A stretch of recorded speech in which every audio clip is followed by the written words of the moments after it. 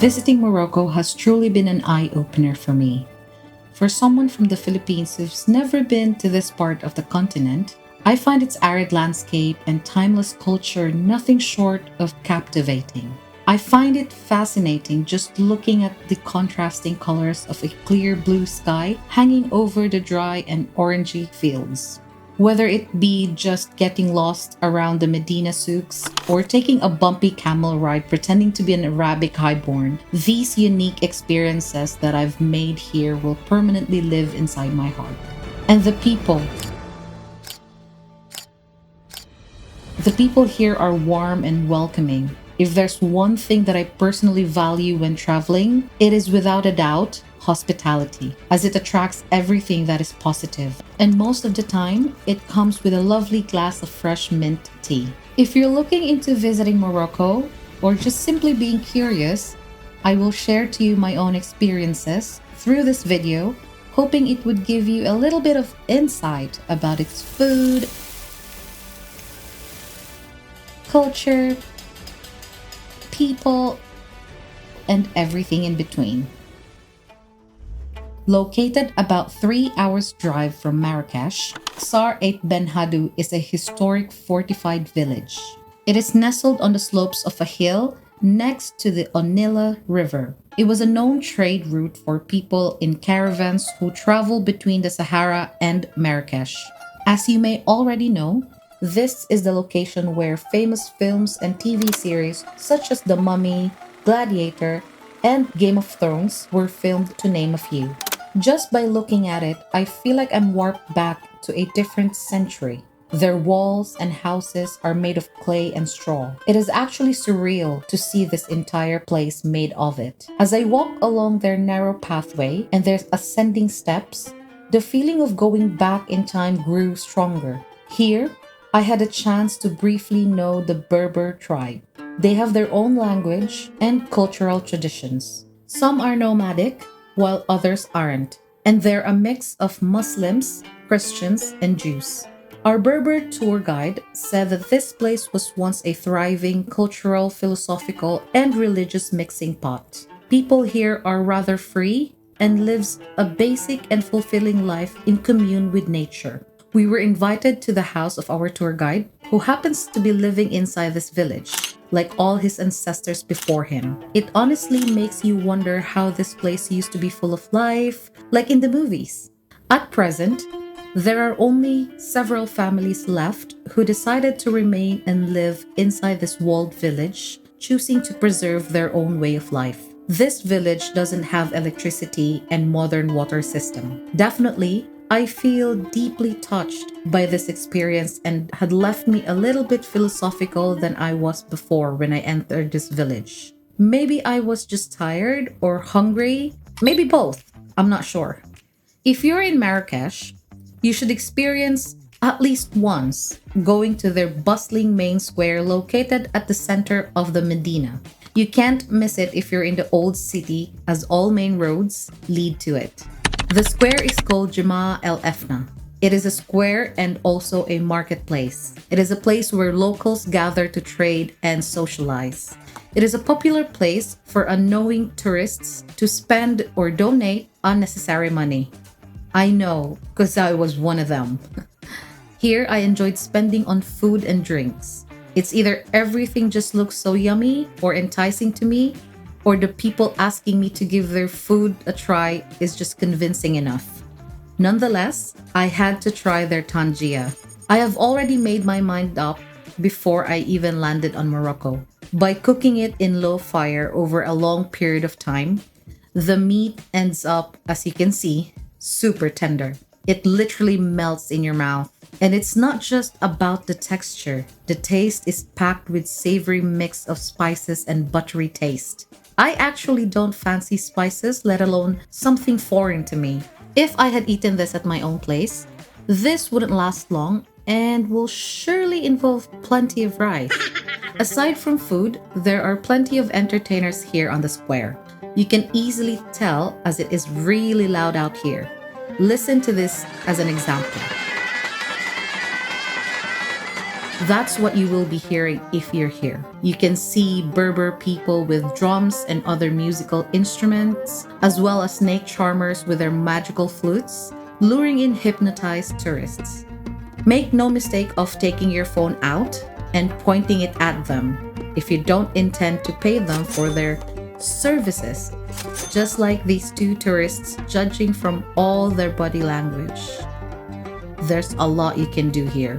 You can also go up to one of the roof restaurants, like what I did. You can people watch while having a refreshing tea and delicious pastries. It is hard to miss the sky and the vivid colors as the sun sets behind Kutubia Mosque. As the sky is peaceful and serene, the same can't be said on what's happening below. You will notice a change of atmosphere in the square as it transitions from afternoon to nighttime. The square seems to become alive and full of energy. Overall, we prefer hanging out here every evening before we head back to our rented place. We rented a traditional house with a courtyard known as a Riad. It has all the necessary amenities a B&B could have, plus a courtyard with a swimming pool. It is a unique experience. The owner greeted us when we arrived, and it felt like we were honored guests of his exquisite residence. There's also a caretaker who serves us a hearty and delicious breakfast. It is actually something I look forward to every morning. Taking a dip into the pool every afternoon is undeniably refreshing after an excursion or a long walk through the busy streets. I think it is a great idea to have a nice and cold swimming pool in one's residence, especially in this kind of climate. If this is something that you fancy, why not try rent a Riad to see it for yourself? The name of our Riad is Riad Safir, and I highly recommend it. It may not be the best out there, but it was definitely quiet, cool, and comfortable. We slept well each and every night, and that's what's important. Thank you, Riad Safir, for being such a lovely host, looking after us and making us feel welcomed.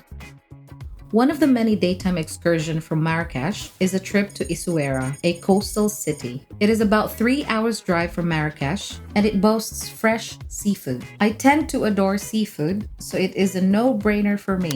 Game of Thrones Season 3 Episode 1 was shot here with Daenerys Targaryen and her Unsullied. There is a very obvious difference if you compare Essaouira and Marrakech. In Marrakech, you definitely have to pay attention when you're walking around as there are bikes, motorcycles, donkeys, and cars that you are sharing the narrow road with. You won't find it here as the atmosphere is more relaxed and laid back. The streets are wider and it's not so hectic.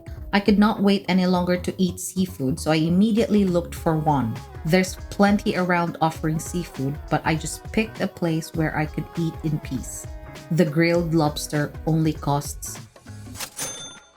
I also ordered king prawn, and both of them did not disappoint. I mean, look at the size of that. It was so fresh, and the sauce that came out of it was just perfect. If you're a seafood person like me, definitely check this city out. After eating, I took the time to walk and explore the city.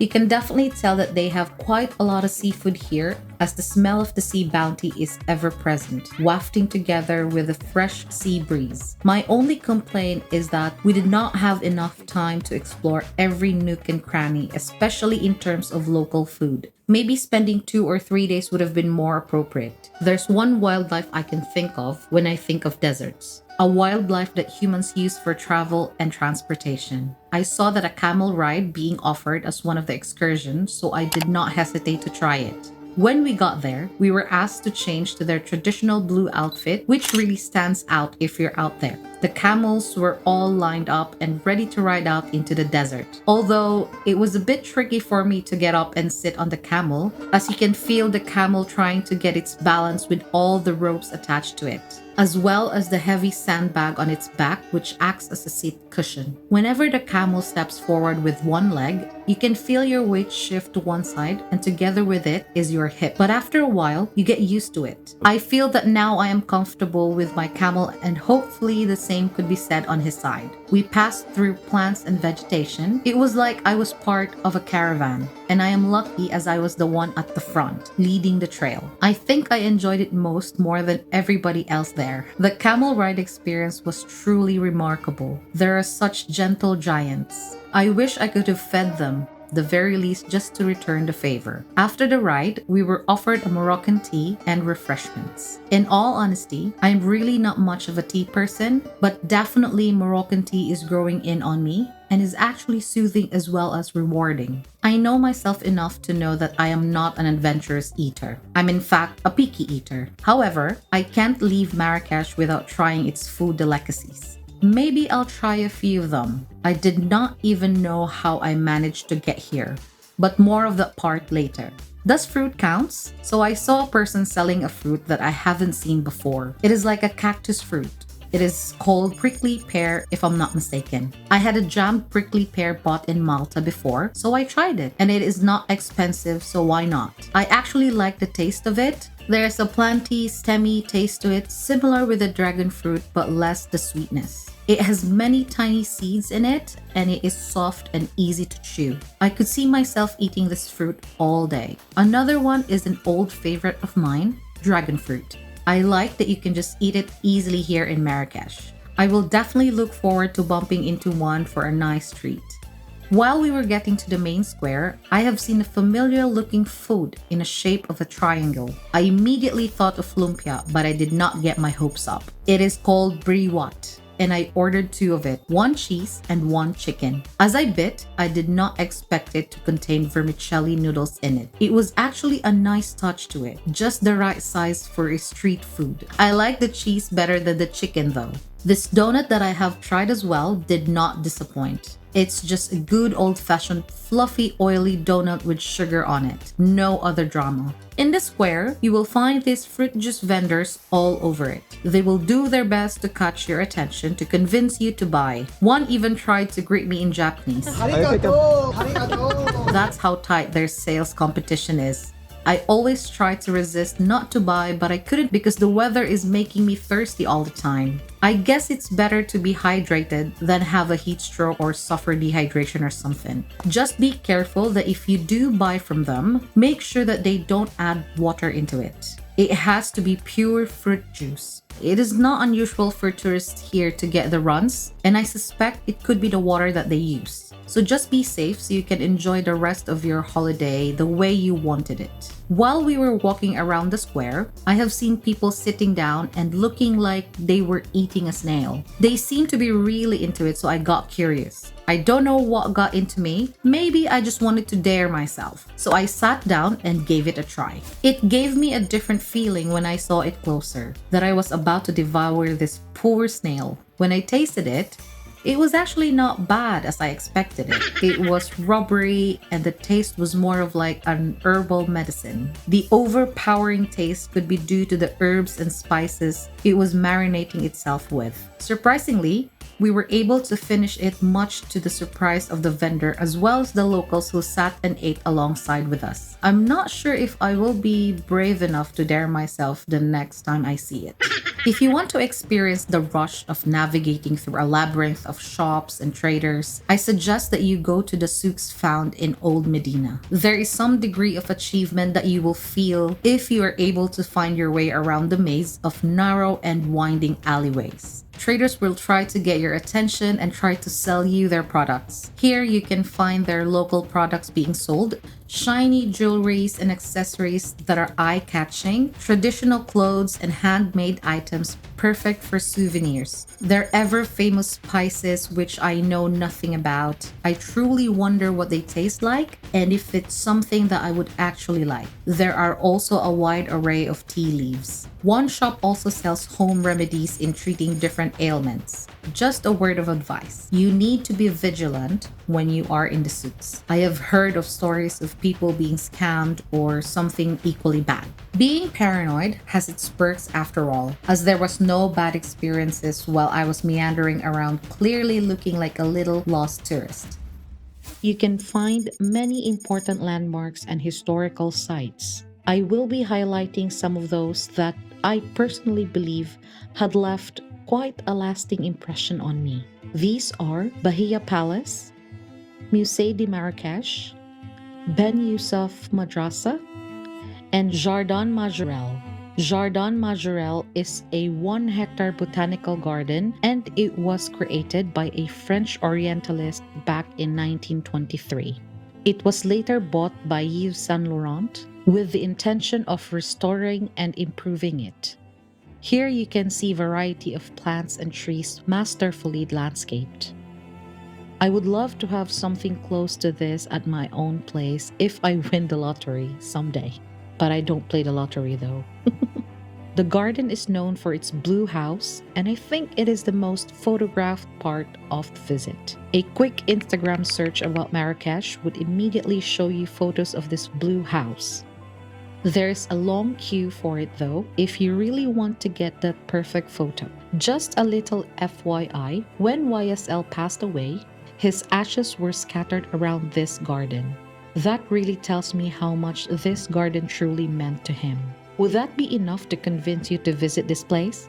On to our next destination, which is a palace. Constructed on 1859, the Bahia Palace is one of the most visited tourist attractions in Morocco. It comprises a number of inner courtyards and Riad gardens. It is surrounded by ornate chambers and intricate designs. The ground courtyard is the most impressive section of the palace. It is paved with Italian marble and surrounded by an elegant and colorful wooden gallery. Its walls feature Arabic inscription and geometric patterns, as well as its intricately carved cedar wood ceiling painted with colorful floral patterns. It is crazy to think that this palace was owned by a descendant from a family of black slaves who once served the royal government.